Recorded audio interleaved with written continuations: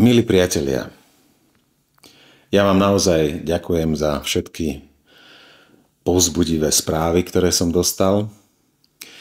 A rád by som vám predstavil dnes niečo z iného súdka. A ja som si to tak pomocne nazval Prebudzanie ducha. Sú to príbehy, sú to knihy, sú to hry, sú to mýty, sú to akési podobenstvá, ktoré sa nám dostali pod kožu alebo dostanú sa vám pod kožu. A na záver vždy použijem nejakú báseň alebo nejaký poetický text, ktorý s tým buď priamo alebo nepriamo bude súvislieť. Takže začíname. Muž na kopci. Akýsi muž stál na vysokom kopci.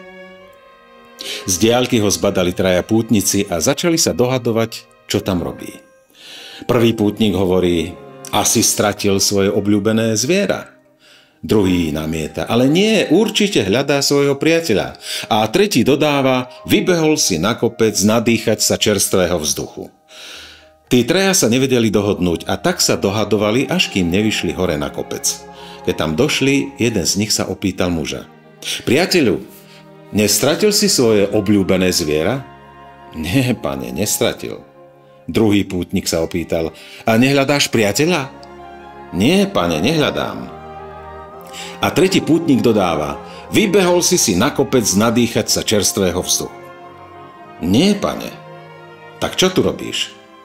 Nič, len tu tak stojím, odvetil muž. Tento príbeh je podobenstvo o mužovi, ktorý dosiahol svoj cieľ. Kopec, na ktorom stojí, je vrcholom jeho existencie. Stáva sa pozorovateľom, ktorý sa díva na krajinu pod ním, vidí všetky údolia, rieky, cesty a cestičky. Pokiaľ ste na ceste, nevidíte celú cestu, len jej časť. Čím ste vyššie, tým sa váš obzor rozširuje. A tí traja pútnici sú rozum, ego, pýta sa na majetok, zviera, druhý srdce, láska, súcit, priateľ a tretí sexualita, voľnosť, nadýchať sa čerstvého vzduchu. Byť celistvým, byť v harmónii, len vtedy existujete v hlbokom pokoji. Prvým a dôležitým krokom je nebyť v konflikte so samým sebou, eliminovať konflikt medzi telom a myslou, medzi rozumom a citmi, medzi citmi a sexualitou. Budúcnosť je vzdialená na svetelný rok. I keď každá sekunda pred nami je budúcnosť, napriek tomu je to večnosť. Minulosť je dávno odviata vetrom, len spomienka. Ale prečo nechceme žiť prítomnosťou, ktorá určuje aj tú budúcnosť?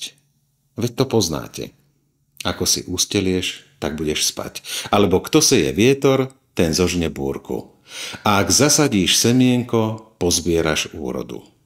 Žijeme v prítomnosti a bude úžasná budúcnosť i minulosť, na ktorú budeme hrdí.